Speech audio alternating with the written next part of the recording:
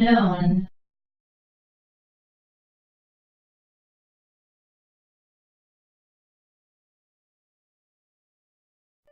One way to explain the cosmos in a simple manner will be by taking a simple graphically and materially example.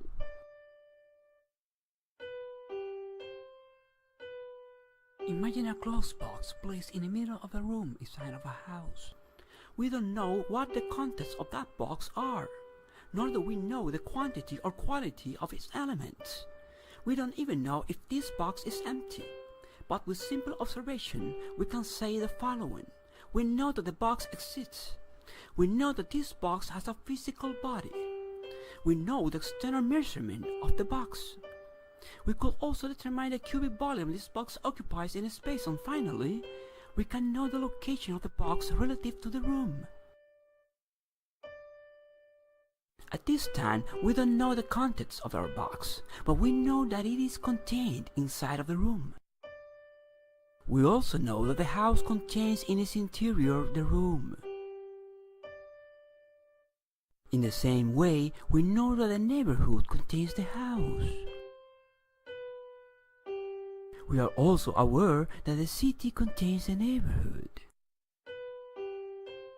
As well, the state or province contains the city.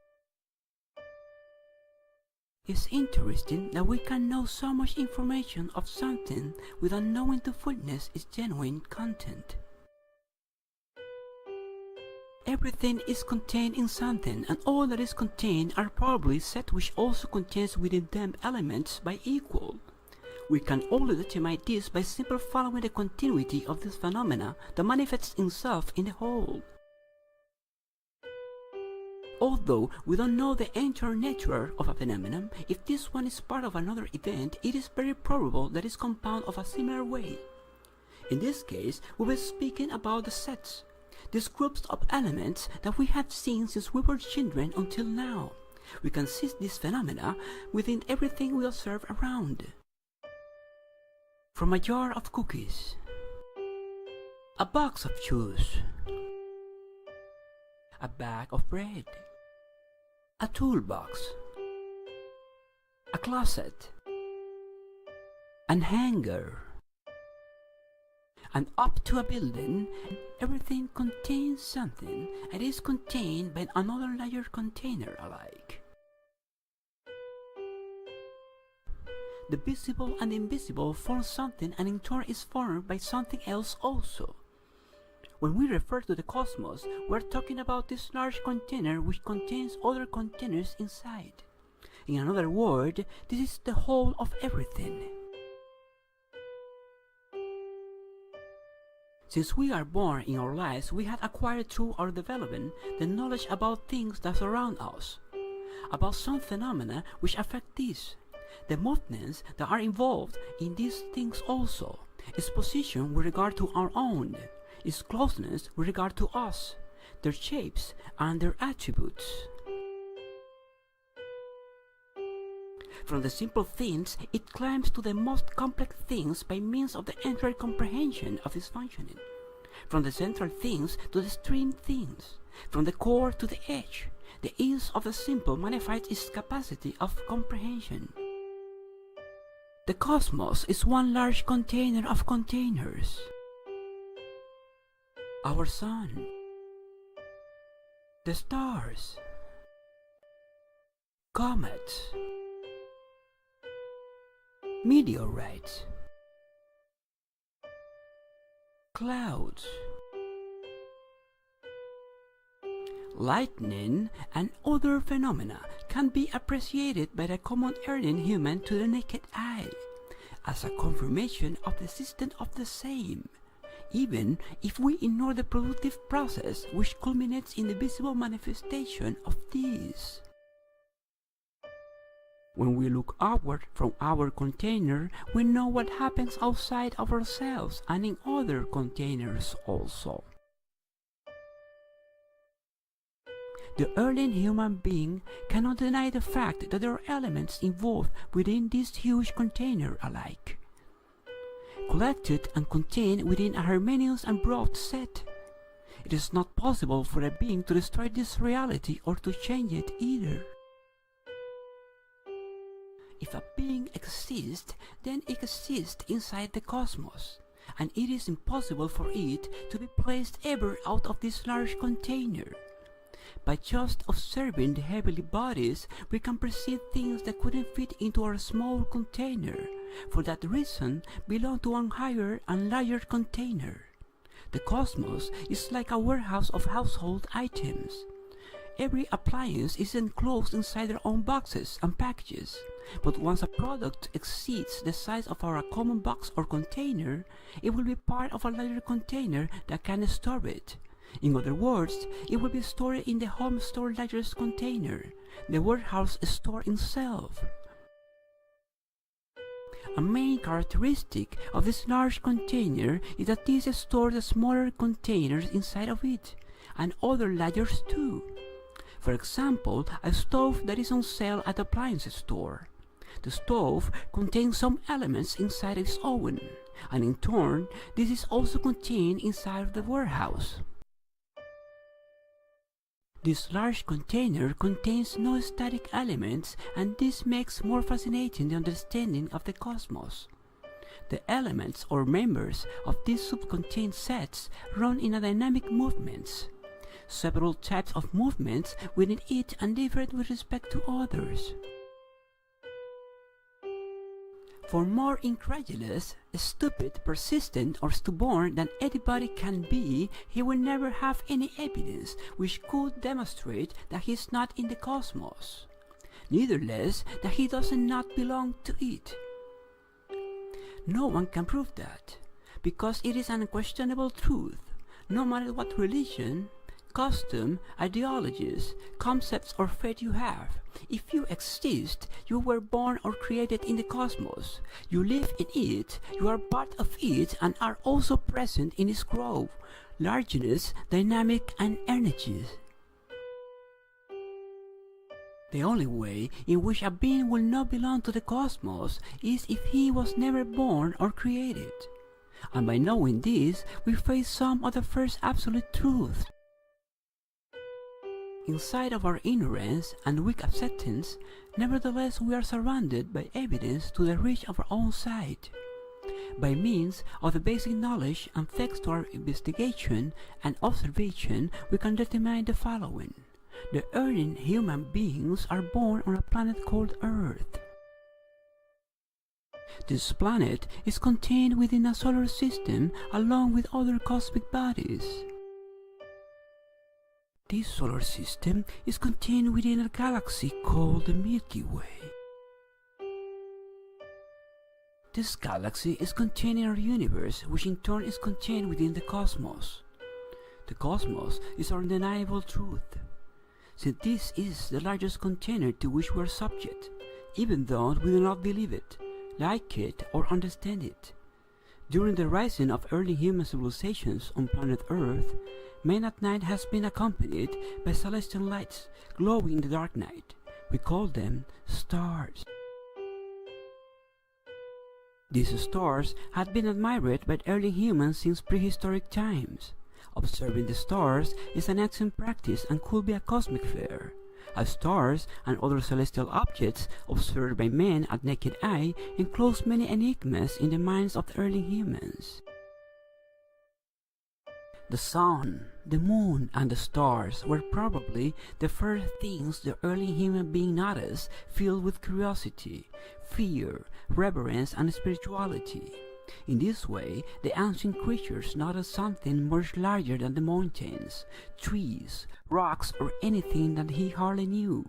Since then, it has accepted the idea that we are contained in something bigger, and this somewhat larger container holds the stars, the sun, and the moon. Interestingly, this phenomenon not only surprised them by its appearance and attributes, but by their behavior and sighting frequency. Space orbits, rotational and translation movements make those celestial bodies to look as if they have a life of their own. The ancient ones saw these changes of trajectory and position, but at the beginning they did not understand them. Neither had the explanation about the movements of the heavenly bodies and other phenomena of the cosmos. But the primitive man was convinced of something.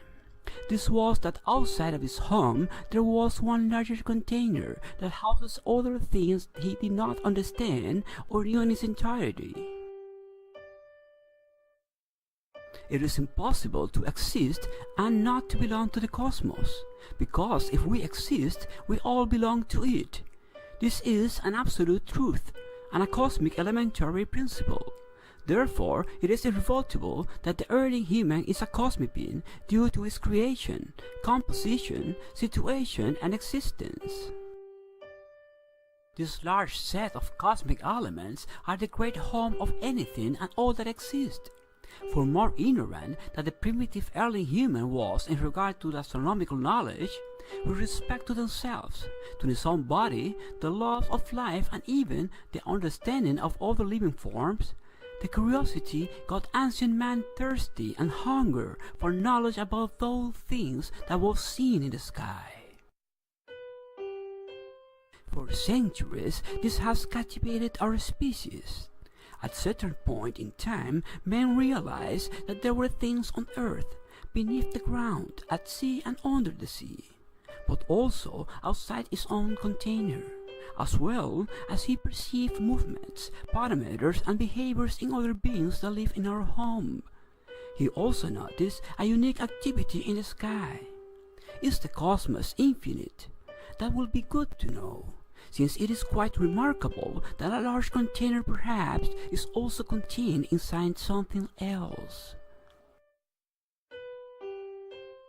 Every being who exists aspires with a cosmic existence. That is to say, if something exists, this in turn belongs to something else, to a greater set. Inside this set, there are movements, forces, emissions, and up to explosions. The cosmos is a constant flow of energies, kinetics, dynamics, photons, and more. The understanding of this cosmic principle is crucial for an intelligent being. It is ridiculous to learn about other things and not to know and understand the most common and repetitive details of our own container. If we do not know what has always been around and outside of us, how will we know the things that we don't even know that exist? It is the first step, a fundamental knowledge to understand everything, its functioning, behavior, and composition. This is because the largest one originates its child.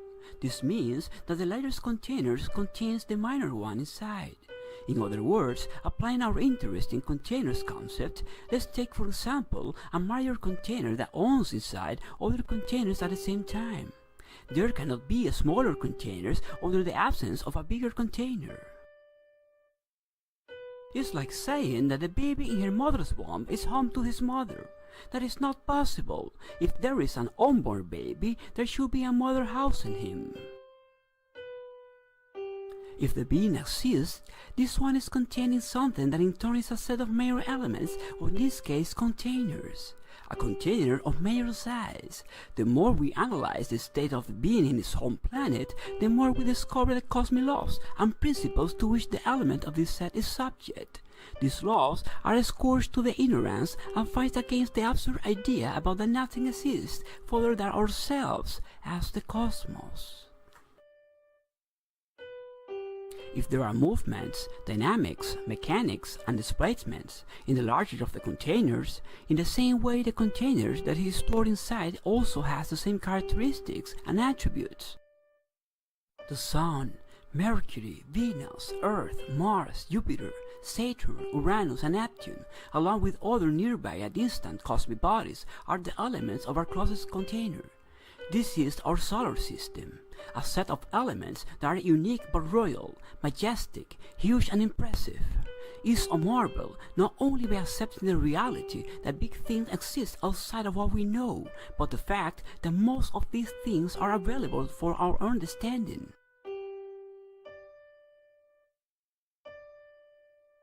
Our solar system is just one of many containers in the cosmos. Each of these celestial bodies obediently fulfill every cosmic law of physics. Their moves are consistent, fluid and permanent, except in the case in which a more appealing or repellent force acts against this. Anything that is in this container is not by luck or coincidence. In the same way that some workers are hired by a company so they perform a particular job, just by simple observation we know the employees did not appear by magic, and nevertheless these workers occupied a space without giving any type of service in return. If they are there working, it means they are expert in some kind of unique job. If we do not understand entirely the physics, the energy, the vibrations, balance, and volume of the cosmos, we will neither understand the importance of the work that these do. Universes are containers in themselves. These contain several galaxies, but also the cosmos is a container which contains many universes alike. There are macrocosmos and microcosmos as well. Our own body is a container of life, which in turn is contained in our world. So our bodies work as a microcosmos. On the other hand, the container of several universes is a macrocosmos. As anyone who carries on a box and takes it for a walk, the elements placed inside that box are taken to the walk as well. The whole cosmos is in complete movement. Nothing within it is static. The same happens to our container. We are moving with the cosmos and within it. Planets move, solar systems move, galaxies move. Universes have also motion, and finally the cosmos moves with all its elements and subsets in the same way. We do not know the volume or the total area occupied by the cosmos, or what its size is, and because of its huge unknown size, we know very little about the largest of the containers. But we are sure about something. It is impossible to deny a reality so large, so composed, so massive, and especially so visible. Planets, solar systems, galaxies, and universes will always be found within the cosmos, since everything is contained. These phenomena manifest themselves in different forms, positions, sizes, and appearance, but everything is there to be learned, understood, and taught. The cosmos is not a place, but a container.